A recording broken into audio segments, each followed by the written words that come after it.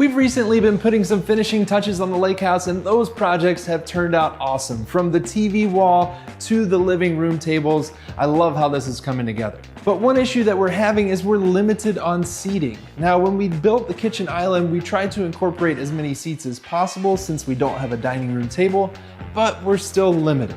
Which brings me to today's project, and that is going to be a console table that doubles as a bar. I've actually built 2 of these in the past, and I love the functionality of this project and the fact that it just doesn't take up that much space. Now, one curveball that we've got for this project is that we're going to try and incorporate the same design as the nesting tables into this console table. And I don't know exactly how this is gonna go, and I'm sure there will be hiccups along the way.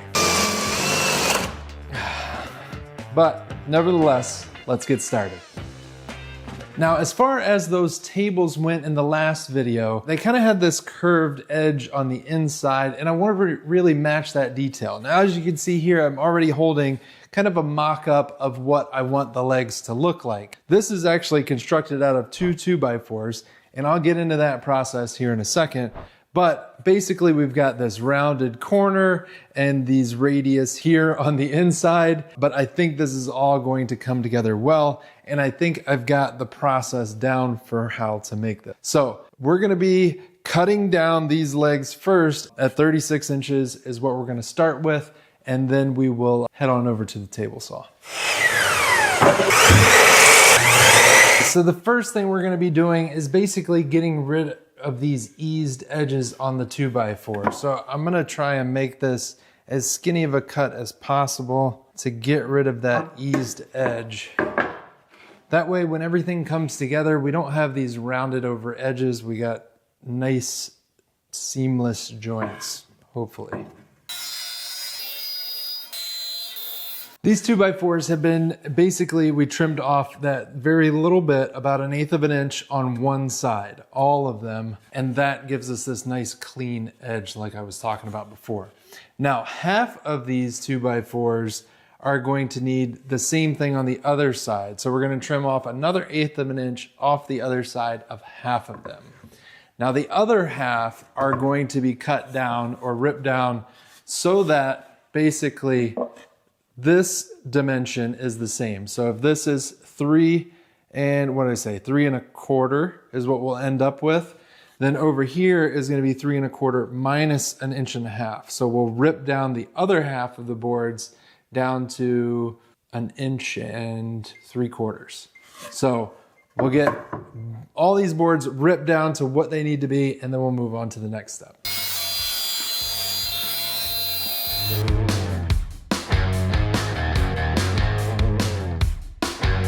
So now what I've done is I've laid my blade of my table saw over at 45 degrees, and essentially we're just going to trim off, I don't know, about 3/4 of an inch or so from the bottom over to where the blade hits that. And that is going to help us remove a bunch of material. That way we can kind of round that over and give that edge of that leg a nice round over. You could also do this with a router bit, but I feel like it's a little bit easier, and this is a softer wood, so I'm just gonna do it this way.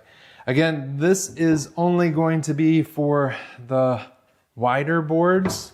The smaller boards do not get this 45 cut. So the next stage is going to be drilling the holes for those radiuses. For that, we're gonna be using a 2-inch Forstner bit, and this is gonna give us a nice clean hole. But basically what I've got going on here is I've got my 2 pieces that are gonna make up the leg. I'm gonna do the same process that I did for those console tables because that actually worked out really well. Essentially, we just clamp these guys together, get them nice and flush, clamp them to our work surface, and I've got a sacrificial board underneath of there. And then what I have done already is we measure up and make a mark where we want our Forstner bit to go. Now, we know we want it right on the line because it's going to be the middle of the radius or the diameter of the hole. But essentially, we've got 1.5 inches material that it's going to be connecting to. The bottom of that circle needs to be up 1.5 inches. And then since the diameter is 2 inches, the radius is 1 inch. So we need 2.5 inches up from the bottom. So I make a mark there right on that joint where those two are clamped together. And I drill my hole, and we should end up with 2 nice radiuses on both of these.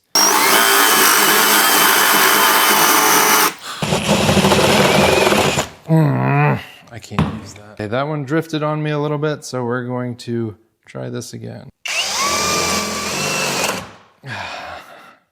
Well, that was frustrating. And honestly, I took a break, stopped the camera, and tried to regroup and figure things out. Honestly, the Forstner bit is what I used for the template or for the mock-up of the first leg, and it worked out great. But when I started to use it to make the second leg, it just kept drifting. This little tip kept drifting. So I thought maybe we could use a hole saw. It's got a pilot bit. That's gonna keep it more centered, and it actually worked out for that one. Now let's see if we can repeat this process on camera. One thing that I did learn with this one was that these teeth are really aggressive, and when you're starting the hole, it kind of wants to tear some of the wood grain out. So what I did was I actually flipped all these boards over. That way I'm drilling into the back of the leg, and if there is any issues, we won't have that. Since we've got the sacrificial board at the bottom, the back of these came out really clean as well as the hole. So, like I said, let's try this again on camera and see if we can get it to work. Now, the other thing I did was the drill itself wants to kick as the teeth grab the wood. So I'm kind of putting it up against my body, making sure that it's nice and straight down, but putting it up against my body to kind of reduce the chance of it kicking out. I'm gonna start slowly and see if we can get this a nice little round hole in the wood.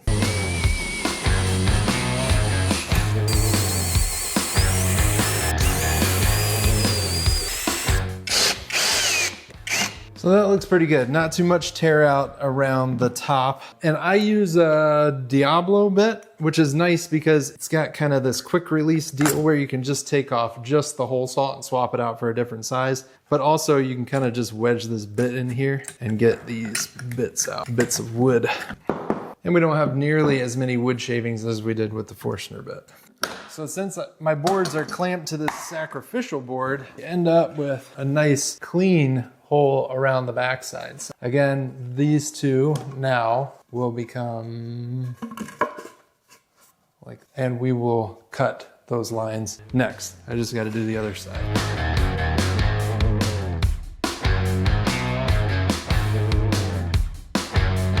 Okay, for the next step, all those holes came out perfectly. Well, not perfectly, but good enough for sure. Essentially, we're going to be taking this piece and I'm going to be cutting a straight line from the edge of this circle down to the edge of that circle. That's going to give us this look for the leg. So this is one of the rear legs, which is going to have those radiuses on all of the sides or all of the ends of the leg. Now the two front legs, since there's going to be no board connecting them at the bottom, we're gonna just simply cut on one side on the front of the leg. We're gonna cut from this circle through this circle and all the way down because we don't need this little radius at the bottom of just two of the legs on one of the sides. I know that's probably a little bit confusing, but essentially the way that I'm gonna do this is I've got the other piece back here to support my track saw, and I'm just going to line this up with the edge of both of those radiuses, and I'll use my track saw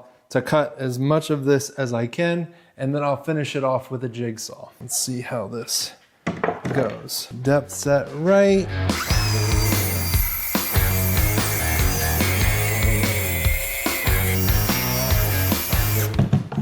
That one cut, and now we just need to finish off because I couldn't get the blade all the way in there. A jigsaw.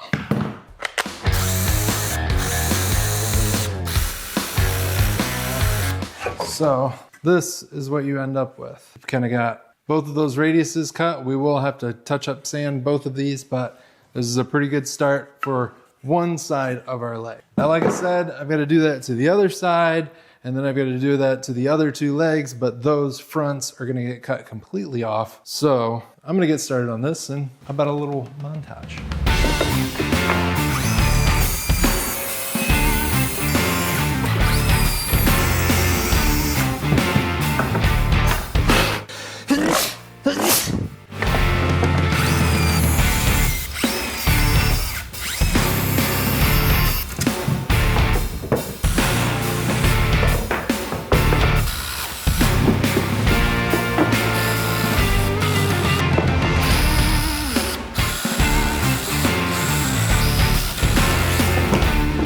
now we have our front leg, and now you can see what I'm talking about. The radius up here on one side, and then it just comes straight down to the ground.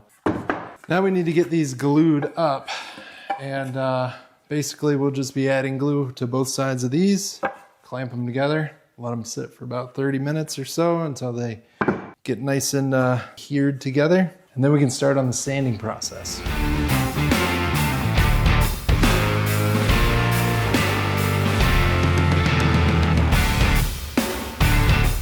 The next step of this process is going to be making the top. Now the top is pretty simple. These are just 1x8s, and I went ahead and cut those down to length, which for my top, or for my table, I think it was 74 is what we wanted. So I subtracted 3 inches for the perimeter, which is going to be the 1.5 inch thick material, and that gave me 71 inches for the top. So I cut those two 1x8s down to 71 inches, and now essentially we're just going to secure those together with 1.25 inch pocket hole screws. So I'll just go ahead and mark out exactly where I want my pocket hole screws.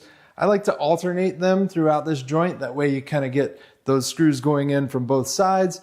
As well, I'm gonna need pocket holes around the perimeter of the top to attach to the frame. So we'll go ahead and get those all drilled up right now. I'm gonna be using the Craig Rebel. This is a new cordless pocket hole machine, or whatever you wanna call it. But I love this thing. Super easy to use, and does a good job. All right, let's get started.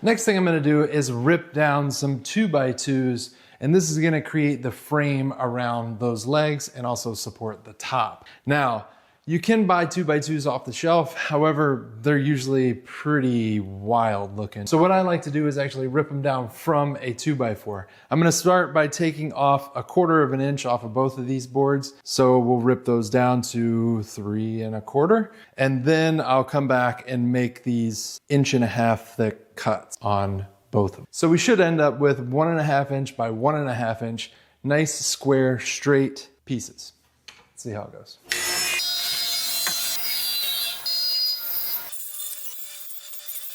My 2x2s are now cut and ready to go. The issue is we need to know exactly how long to cut them. We want a nice tight fit all the way around. So what I'm gonna do is I'm gonna use my legs. I've got my top upside down, and I am going to position them where they are supposed to go at each corner.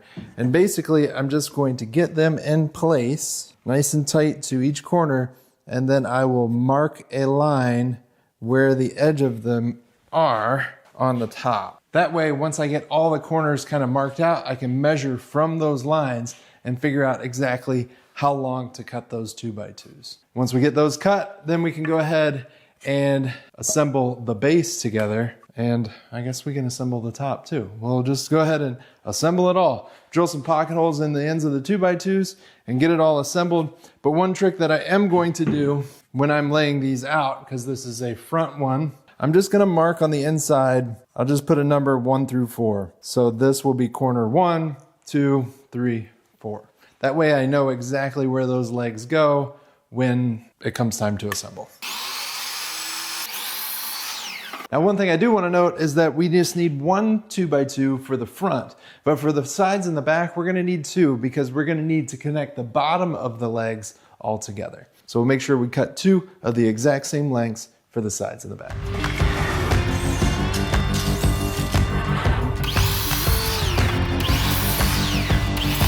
So now for the pocket holes, we just need to adjust our pocket hole jig to 1.5 inch material and 1.5 inch screws, because these 2x2s are going to be going into the legs themselves, which are all 1.5 inch material.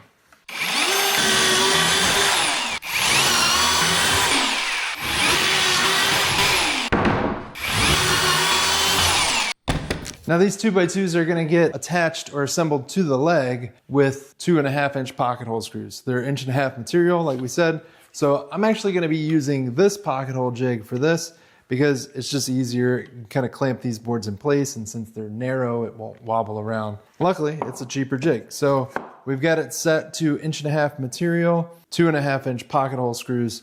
That way we just clamp this in place and drill pocket holes on each end of the 2x2s. Now, when we're doing this, we kind of want to look at this 2x2 and see how we want to present it. We want the pocket holes on the bottom. So the best side of this 2x2 is going to be facing up, That way, pocket holes are on the bottom.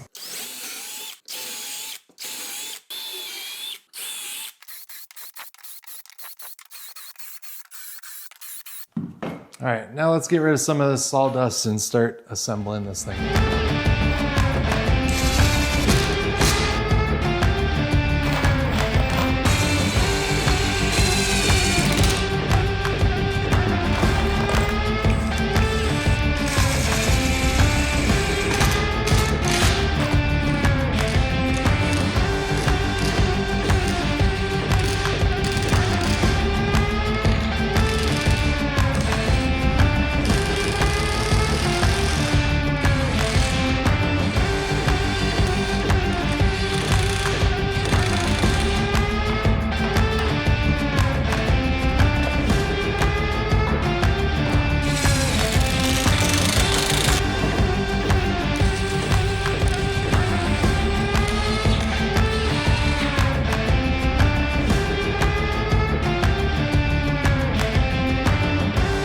So after a lot of sanding, this is what we ended up with, and I think it looks great. Now we've just got to get a coat of stain on it, as well as a couple coats, at least a couple coats of poly to protect it. And we should be able to wrap this one up. Let's go put some stain on it.